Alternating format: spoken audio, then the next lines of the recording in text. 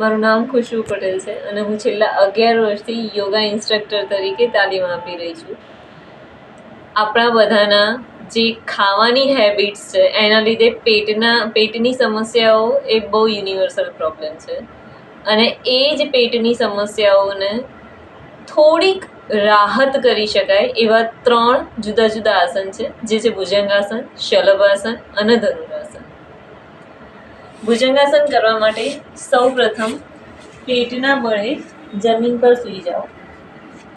તમારા બંને હાથને ચેસ્ટની સાઈડ પર રાખો, માથું જમીન પર, પગ પાછળથી વાળેલા અને બંને હાથ ઉપર પ્રેશર આપી ધીમેથી ઊભા થાઓ. ધ્યાન રાખો કે જ્યારે તમે ભુજંગાસન કરો તો તમારા ચીનથી ચેસ્ટ. પ્રથમ આપણે ભુજંગાસન કરીશું. તો ભુજંગાસન કરવા માટે બિલકુલ ધીમેથી પેટ પર સૂઈ જાઓ. તમારા બંને હાથને ચેસ્ટની સાઈડ પર રાખો, એલ્બોને આકાશ તરફ રાખો, કપાળ જમીન પર રાખો. ધીમેથી શ્વાસ ભરતા ભરતા ભરતા ઊભા થાઓ.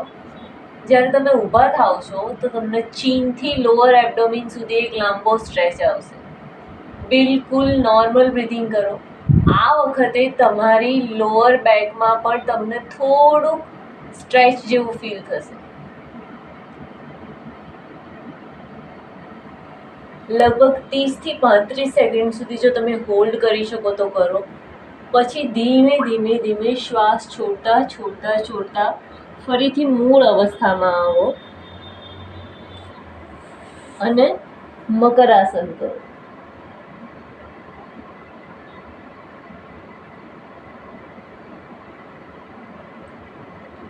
ભુજંગાસન કર્યા પછી બીજું પોસ્ચર છે શલભાસન.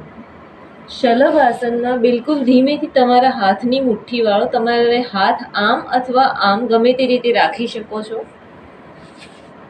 એ મુઠ્ઠીને બિલકુલ થાઈની નીચે સેટ કરો.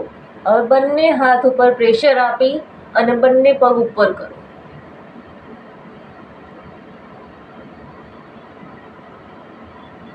ધીમેથી શ્વાસ છોડતા છોડતા છોડતા પગ નીચે મૂકો અને મકરાસન કરો. મકરાસનમાં તમારા બંને પગની એડી અંદરની તરફ અને પંજા બહારની તરફ રાખવા.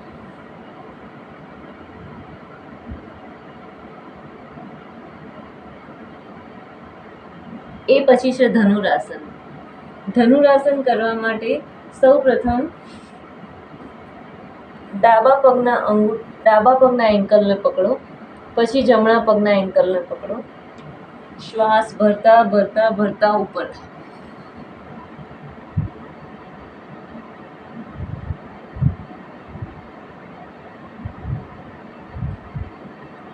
ધીમેથી શ્વાસ છોડતા છોડતા છોડતા નીચે જાઓ અને મકરાસનનું પોઝ લો.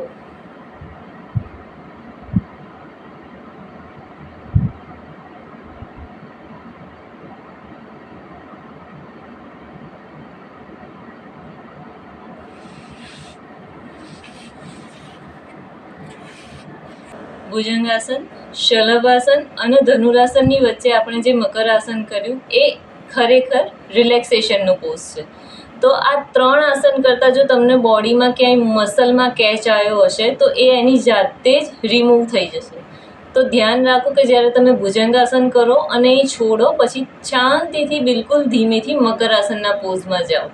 તો એનાથી તમારા શરીરમાં જો કોઈ સ્ટ્રેચ આવ્યો હશે, કોઈ એક્સ્ટ્રા પેઇન થયું હશે તો એની જાતે જ રિમૂવ થઈ જશે.